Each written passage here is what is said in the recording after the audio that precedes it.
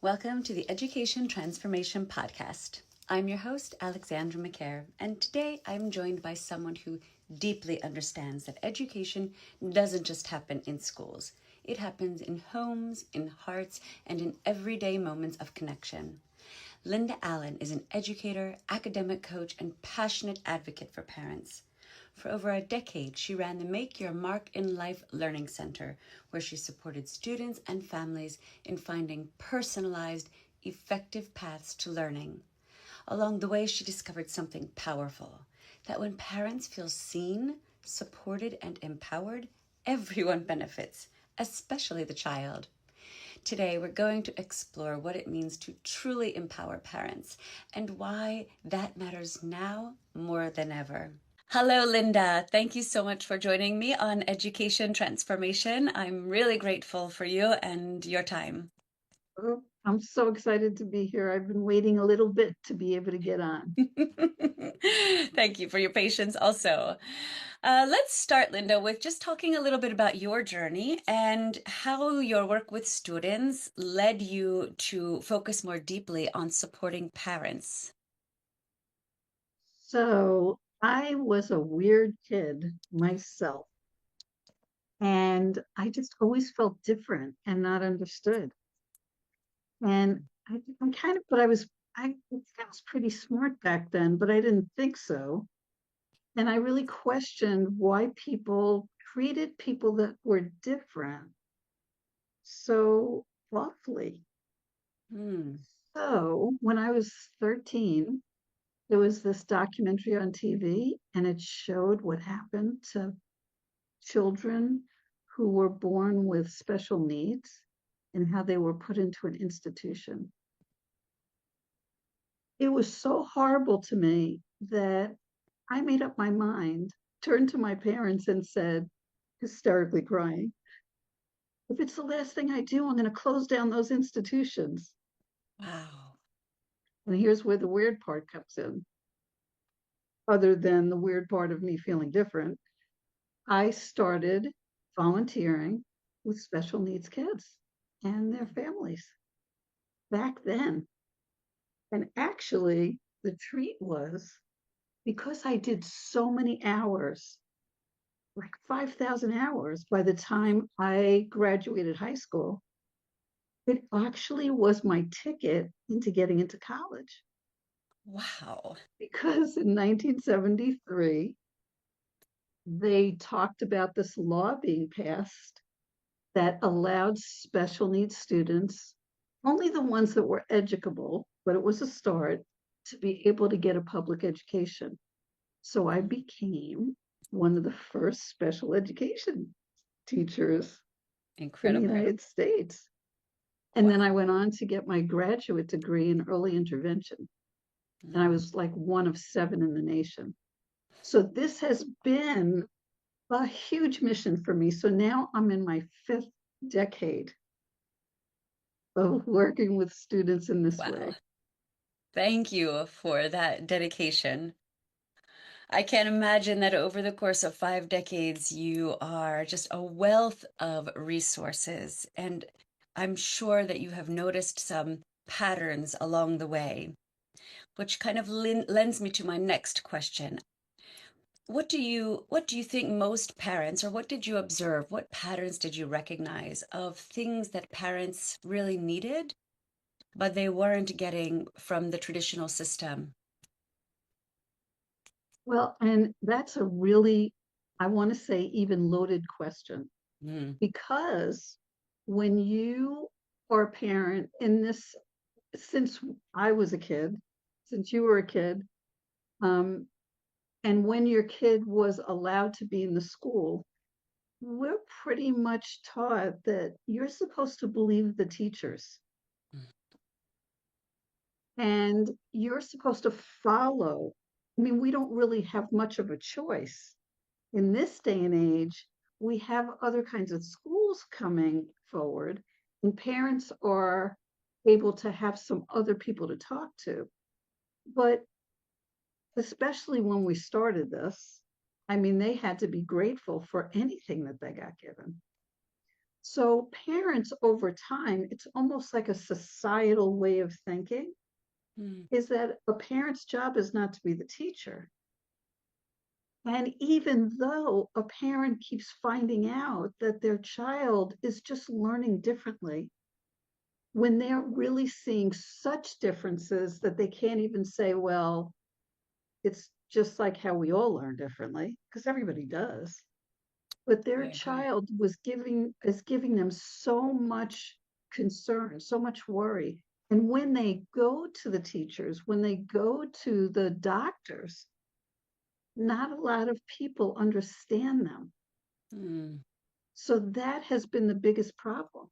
Wow. They have been forced to believe that the child is doing wrong.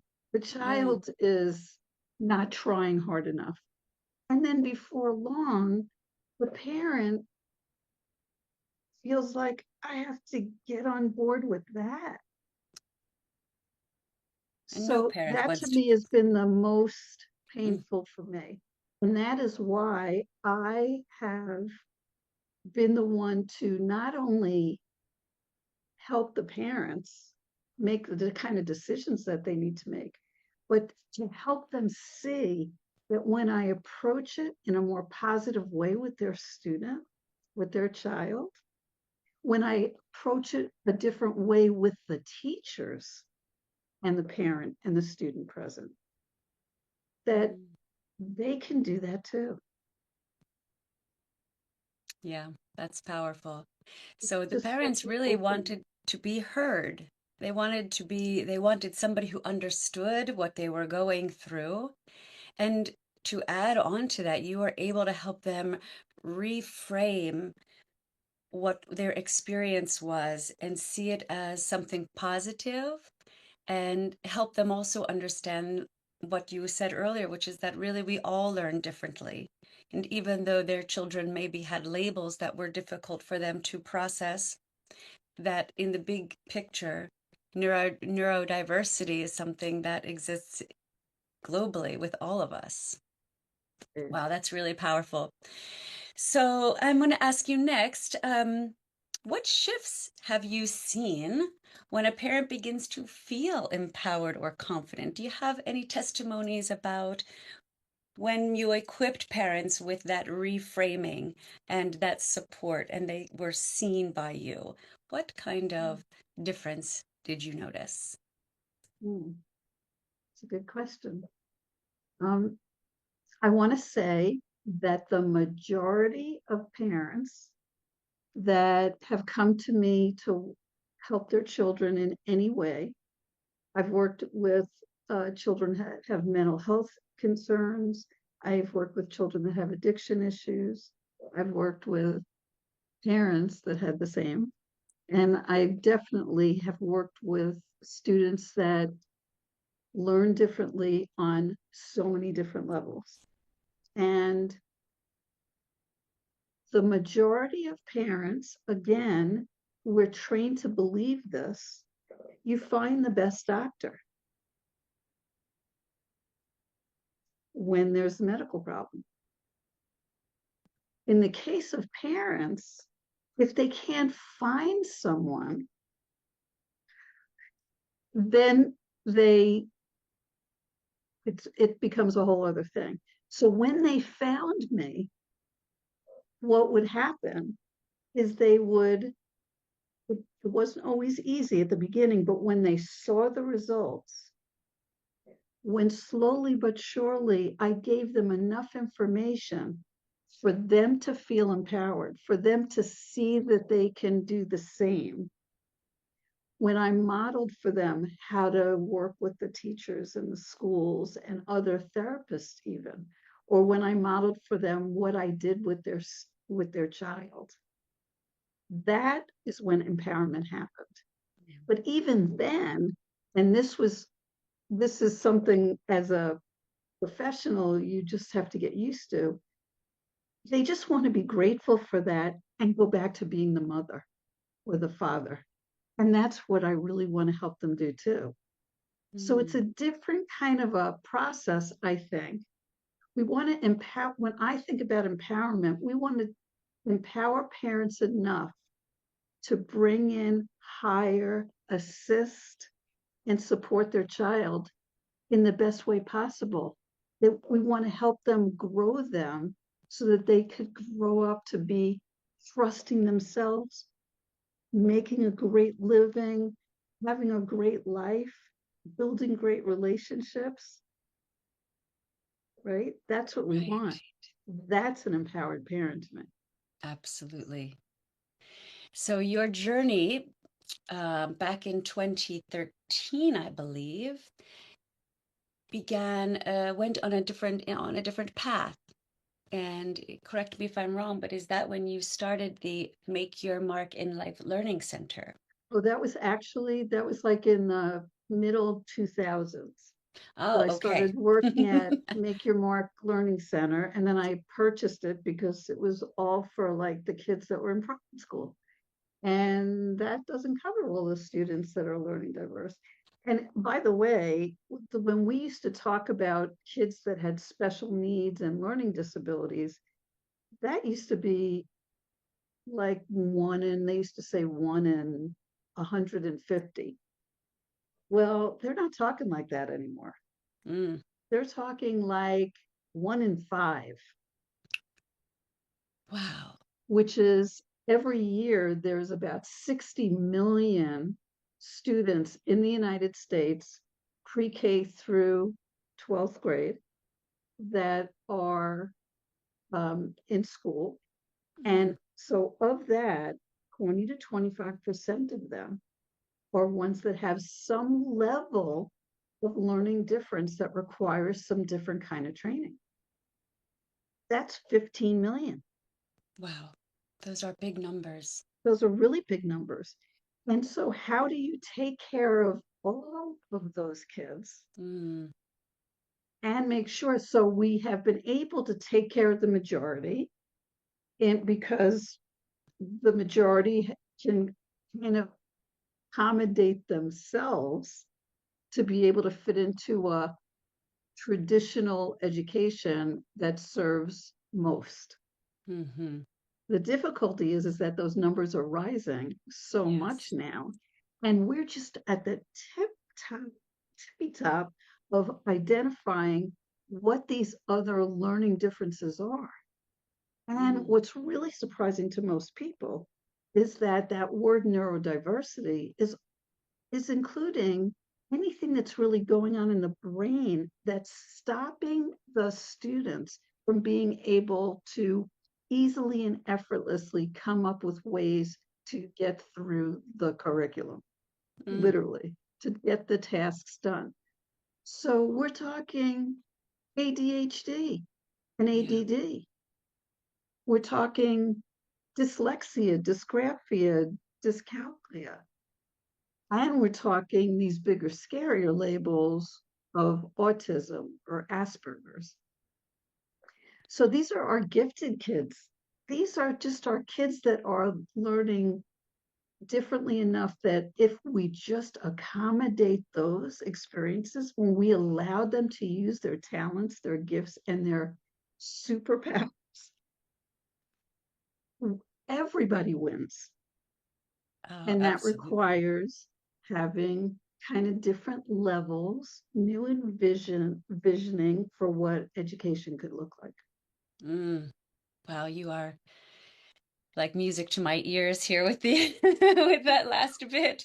I know we As you both have know, this. I have spent many years in the traditional system. So when you're sharing those numbers and talking about, percentages of students who are really approaching learning very differently, I'm thinking of my own experience and how it felt like every kid was not quite fitting into the box that the curriculum where a student could thrive if they were verbal linguistic and mathematical logical. They didn't have any behavior issues. They came from a perfect home where they were fully supported. Even that child um, would struggle with a curriculum, in my opinion, right? Because they're just being told this is what you have to do and this is how you have to do it and this is when you have to do it, and nobody likes that, and it doesn't flow with us naturally. But when we are invited to explore our strengths and we are given the opportunity to follow paths of our own curiosity and have a say in our learning journeys, I think all all of us have a greater buy-in. We tap into that intrinsic motivation, that innate curiosity, and what I believe is an innate desire for to learn and grow. So let me ask you this. I know that you supported so many students through your one-on-one tutoring and with coaching and the Learning Center. But if we just could say to teachers who are in the classroom right now, Mhm. and they don't maybe have you, we can tell Right. them how to get in touch with you later. But what advice would you give a teacher now who's has a classroom full of kids who are all learning differently and are differently abled? Are there any little tips or hints that you could just suggest that could help the everyday teacher in a traditional classroom? My first thing would be is that they need to keep on learning. Mm, They I need to love keep on that. learning. The thing is that we're living in a very different time. It's scary what's happening, especially in the United States right now. There's no doubt with what's happening with education. But change doesn't happen when things are going well or when Mm, things are just going okay. Change happens when people are noticing that change needs to happen. And many people don't realize this, but the law that happened in the United States back in 1975, where that's when they allowed public school to be an option, again, not for every special needs kid, but eventually it was for every special needs child, which is another thing to talk about. But um, we didn't have resources, we didn't have things. Parents were the ones that made that happen. And I believe parents are going to be the ones, which are many of those educators, mhm. those are going to be the ones that are going to make this happen here too. And the reason they're going to make that happen is because they are sharing their experiences. I took 6 classes to become a special educator. The majority of my education was self learned, and it was elementary education. Today, there are many hundreds, I would even say thousands of parent led, professional led, definitely educator led, therapists, doctors, lawyers, Indian chiefs. All these people are in there creating programs for this population. It is at our fingertips. At Mhm. this point, I'd have to say we've gone the opposite way. Instead of depriving parents and other professionals of the information, we have so much information, it's really difficult for everybody to get that. So, an Yeah. educator, if they could just find the time to try to tap into some of that information and just make incremental changes, just like we would tell a parent, Mm. rely on other educators that are doing that, that are sharing that information, can make all the difference in the world because they're in the power seat in their classroom. Yes, Right. they have to follow these rules and things that are going on, but that doesn't change that doesn't prevent them the way they connect with and teach the children. Mm. Absolutely. And if we wanted to help, if you wanted to give some advice to schools or educators how they could better partner with parents, because you and I both well know that the child needs the whole village, right, to help Yes. them be the best versions of themselves. And teachers are certainly overburdened with checking a lot of boxes in the traditional system, many of which don't directly support the children. So Mhm. I think if we could advise them, and maybe you could give us some suggestions for how can the schools or educators better partner with parents. Mhm.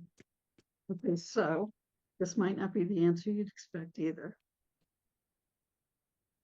My belief is that any educator that would be listening to this, they're already doing that.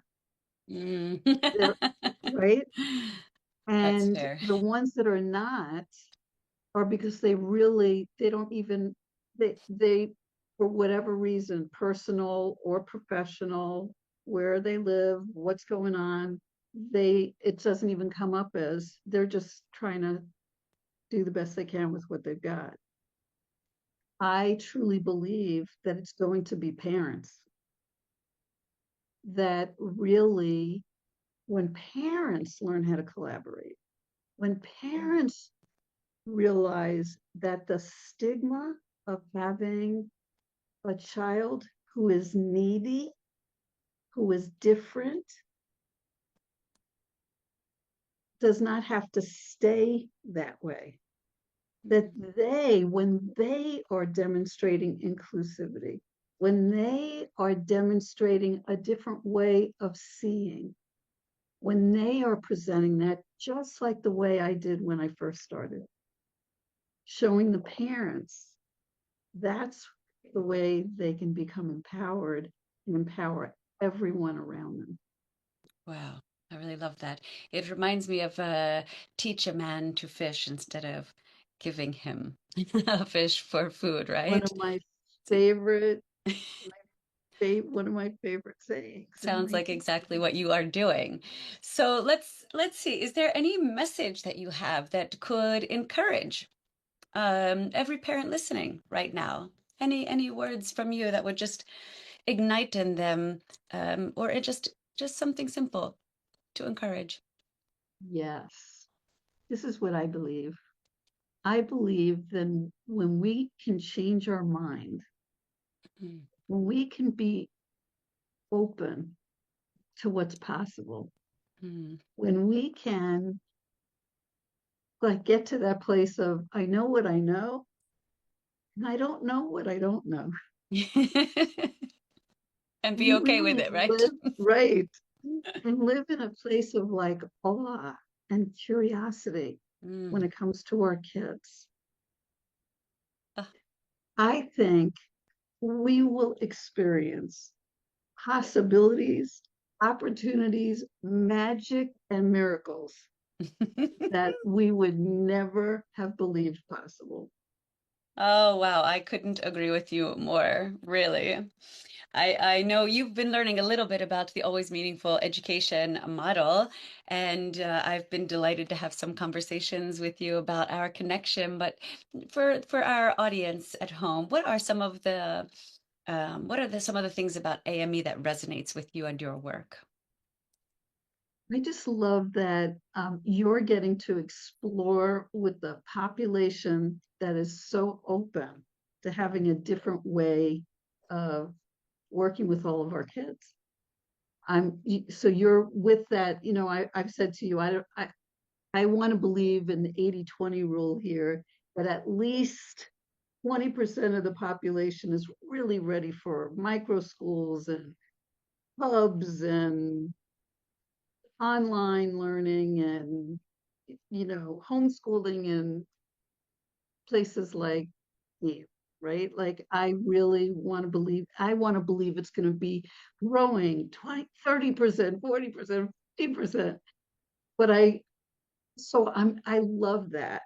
And I love that in your way, you're empowering those parents to make these great decisions and stand by them because you're giving them the tools, right? That's what's happening. And I think that with your work and my work working together, what we get to show is that every parent can create the best education experience for their learning different child. So you're Absolutely. just fitting right into my program that I've created called Empowered Parents Creating the Best Education Experience for Their Learning Different Child. And that's what I'm hoping will happen all over the world. As am I, Linda. And that was going to be my next question, just to tell our audience, how can they connect with you?